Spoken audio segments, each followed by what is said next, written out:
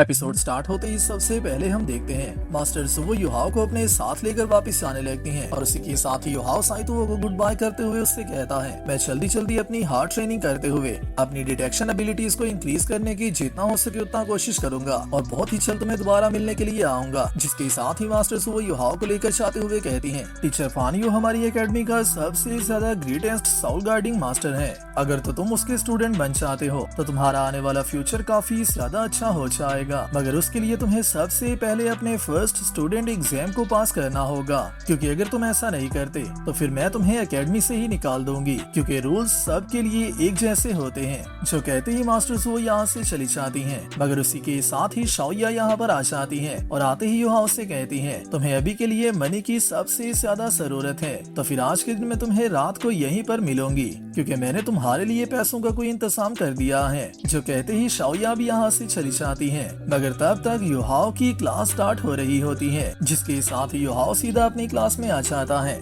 मगर वहाँ पर आते ही वोंगडोंग युहाओ से कहता है मैं भी तुम्हारी गार्डियन साउल को जानने के लिए काफी ज्यादा परेशान था। तुमने मेरी गार्डियन साउल को तो देख लिया हुआ है, जो कि हमारे लैंड पर मौजूद सबसे ज्यादा ब्यूटीफुल बटरफ्लाई की है, जो कि गॉडेस ऑफ लाइट बटरफ्लाई है। जिसके साथ ही युहाओ उसे बताता है मेरी गार्डियन साउल मेरी आइस में है, जिसे कि मैंने स्पिरिचुअल आई का नाम दिया हुआ है। जिस दिन हमारी फाइट हुई थी तब के वक्त तुम इसीलिए मेरे ऊपर अटैक नहीं थे कर पा रहे, क्योंकि मैं तुम्हारी सारी मूवमेंट्स को ऑलरेडी प्रिडिक्ट करता चाह रहा था। जो सुनते ही वोंगडोंग कहता है शायद इसीलिए तुम मेरे से उस दिन जीत गए थे, मगर तुम्हें ये बात भी याद रखनी चाहिए कि मेरी गार्डियन साउल तुम्हारी गार्डियन साउल से ज्यादा रेयर है। मगर उसी के साथ ही युहाओ उससे कहता है तुम्हारी सेकंड साउल लिंक 1000 ईयर की साउल लिंक कैसे है, मगर वोंगडोंग उसे इस पर कुछ भी नहीं बताता और उसी के साथ ही उससे कहता है ये मेरा सीक्रेट है। जिसके साथ ही टीचर्स वो यहाँ पर आ जाती हैं, जिनके आते ही सारे स्टूडेंट्स बिल्कुल खामोश हो जाते हैं और यहाँ पर आते ही मास्टर्स वो कहती हैं सब लोग जल्दी से खड़े हो जाओ और बाहर फील्ड में जाकर जमा हो जाओ। जिसके साथ ही सारे स्टूडेंट्स जितना जल्दी हो सके उतना जल्दी अपने क्लासरूम से बाहर निकलते हैं और जैसे ही ये सब लोग बाहर फील्ड में आ जाते हैं तो उसी के साथ ही मास्टर्स वो इन सब को कुछ आर्मर देती हैं और उसी के साथ ही कहती हैं ये सारे आर्मर्स तुम्हारी फिजिकल क्वालिटीज को इम्प्रूव करने के लिए हैं और तुम सबको इन आर्मर्स को वियर करना होगा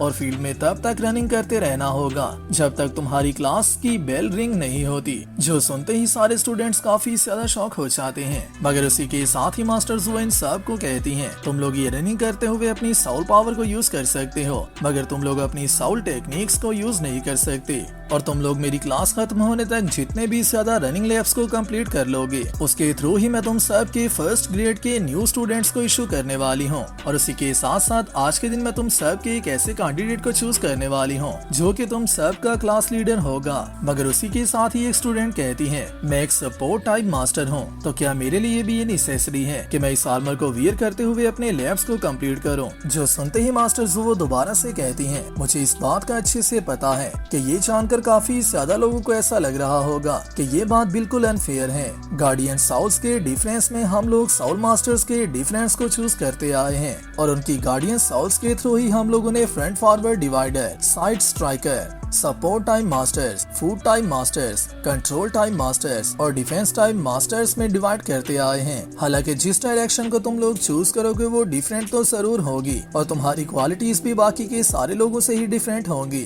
मगर बैटलफील्ड के अंदर तुम्हारा एनिमी कभी भी ये सोचकर तुम्हें किल नहीं करेगा कि तुम लोग सपोर्ट टाइम मास्टर हो या फिर फूड टाइम मास्टर हो, बल्कि उसे जैसे ही तुम्हें किल करने का मौका मिलेगा तो तुम्हारा एनिमी सबसे पहले तुम्हारे ऊपर अटैक करने के लिए आगे आएगा, जिसकी वजह से तुम्हें अपने आपको स्ट्रॉन्ग करना होगा। तो अभी के लिए तुम सबको अपनी रनिंग स्टार्ट कर देनी चाहिए। जिसके साथ ही सारे स्टूडेंट्स अपनी रनिंग करना स्टार्ट कर देते हैं, मगर वहीं पर युहाओ इन सब से पीछे रहता जा रहा होता है, क्योंकि युहाओ की फिजिकल स्ट्रेंथ अपनी क्लास में भी सबसे ज्यादा कम होती है। जिससे आगे जाते हुए क्लास की गर्ल्स ये बात कर रही होती है कि युहाओ तो अपनी क्लास की लड़कियों से भी पीछे रहता जा रहा है और जैसे जैसे टाइम स्पेंड होता जा रहा होता है तो इन सब की ही एनर्जी काफी ज्यादा लॉस होती जा रही होती है, जिसकी वजह से काफी ज्यादा स्टूडेंट्स थक कर एक जगह पर बैठ जाते हैं। और इसी के साथ ही एक और स्टूडेंट कहती है युहाओ आज के दिन भी हमारी फिजिकल स्ट्रेंथ की क्लास में सबसे ज्यादा ही पीछे है, मगर उसी के साथ ही युहाओ उसके पास से गुजरता है जो कि अभी भी अपनी रनिंग कर रहा होता है और थक कर कहीं भी नहीं रुका होता। इवन के एक टाइम पर आकर वोंगडोंग भी रुक जाता है और उसी के साथ ही कहता है मैंने अपनी क्लास में सबसे ज्यादा लैब्स को रन कर लिया है और अभी के लिए किसी के लिए भी ऐसा पॉसिबल नहीं होगा कि वो मुझे सरपास कर पाए और मेरे से ज्यादा लैब्स को रन कर पाए। मगर जैसे ही युहाओ उसके पास से गुजरता है तो उसी के साथ ही वोंग डोंग कहता है, हालांकि इसकी सोल पावर और इसकी फिजिकल क्वालिटी सबसे ज्यादा बुरी है और सबसे ज्यादा लो है, मगर फिर भी युहाओ अभी तक कैसे सरवाइव कर पा रहा है। इसका डिटर्मिनेशन सच में काफी ज्यादा स्ट्रॉन्ग है। जिसके साथ ही हम देखते हैं युहाओ को जो कि जैसे जैसे यहाँ से रनिंग करता जा रहा होता है तो उसी के साथ साथ अपने माइंड में सिर्फ एक ही बात सोच रहा होता है कि मैं अपनी एकेडमी से किक आउट नहीं होने वाला, मुझे हर हाल में अपने फ्रेशमैन एग्जाम को पास करना होगा और साउल गाइड टाइम में एंटर होना होगा जिसकी वजह से मैं यहाँ पर थक कर कभी भी नहीं गिरने वाला, चाहे फिर कुछ भी क्यों ना हो जाए। मगर अभी के लिए मैं भी अपनी लिमिट पर पहुँच चुका हुआ हूँ। बट जैसे ही युहाओ काफी ज्यादा थक जाता है तो उसी के साथ ही उसकी शॉन्टियान मूव टेक्निक ऑटोमेटिकली उसकी बॉडी में एक्टिव होना स्टार्ट हो जाती है। जिसके साथ ही युहाओ कहता है, क्या कहीं ऐसा तो नहीं है कि शॉन्टियान मूव तब ही एक्टिव होता है जबकि वक्त बॉडी अपनी मैक्सिमम लिमिट पर पहुंच चुकी होती है, तो तब के वक्त ही कोई भी प्रैक्टिशनर शॉन्टियान स्टाइल को एक्शन में यूज करने के काबिल हो जाता है और उसी के साथ साथ तब के वक्त उसे मेडिटेशन करने की कोई भी जरूरत नहीं होती। अभी के लिए शायद से मेरा शॉन्टियान स्टाइल मुझे रनिंग करने के लिए पुश कर रहा है क्योंकि मेरी सारी मेरिडियंस ही काफी ज्यादा लाइट हो चुकी हुई हैं। हालांकि इन सारी मेरिडियंस को अच्छे से यूज करने के लिए और अपने मसल्स को फ्लेक्सिबली यूज करने के लिए मुझे पहले काफी ज्यादा पावर का यूज करना पड़ता है, मगर अभी के लिए मुझे इन मेरिडियंस को रन करने के लिए किसी भी पावर का यूज नहीं करना पड़ रहा और मेरी सारी मेरिडियंस ही काफी ज्यादा इलास्टिकली मूव कर रही है। हालांकि मेरा सारा स्टेमिना ही ड्रेन हो चुका हुआ है,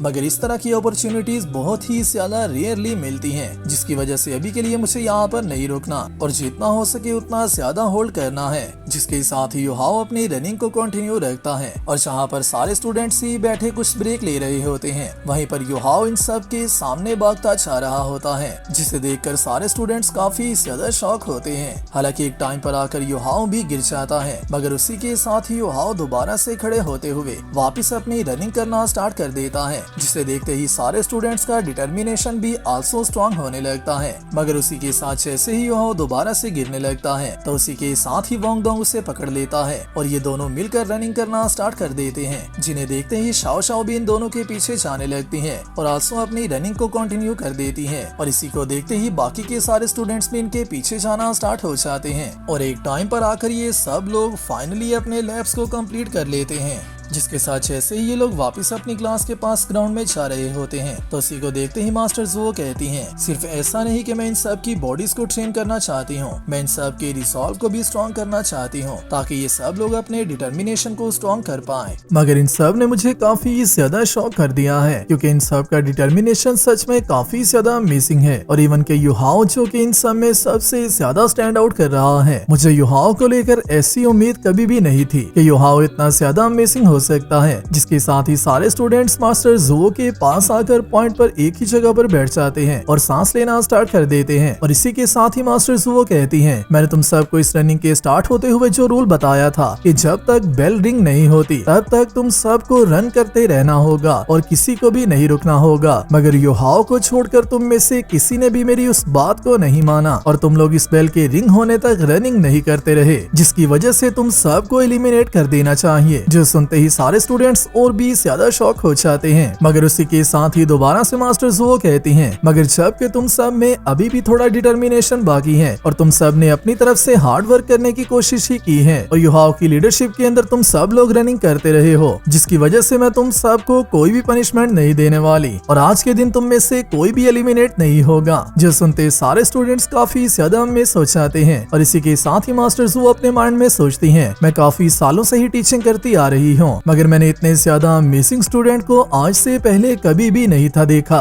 तुम सच में काफी ज्यादा अमेजिंग हो और तुमने मुझे काफी ज्यादा सरप्राइजेस दिए हैं। तुमने तुम्हारे लिए मेरी सोच को काफी ज्यादा बदल दिया है। जिसके साथ ही मास्टर ज़ुओ अनाउंस करती हैं कि इस क्लास का न्यू स्टूडेंट लीडर जो होने वाला है उसका नाम हो युहाओ है और इस बात पर सारे स्टूडेंट्स ही काफी ज्यादा अमेज होते हैं, जिसका मतलब यह है कि इन सब ने भी युहाओ को ऐसा लीडर एक्सेप्ट कर लिया होता है। जिसके साथ ही हमारा ये एपिसोड फाइनली यहीं पर कंप्लीट होता है। वीडियो अच्छी लगी है वीडियो को लाइक कर दो और नेक्स्ट आने वाली वीडियो के लिए चैनल को सब्सक्राइब लाजमी कर लेना। मैं मिलता हूँ आप सबसे नेक्स्ट वीडियो में, तब तक अपना और अपने प्यारों का ख्याल रखियो।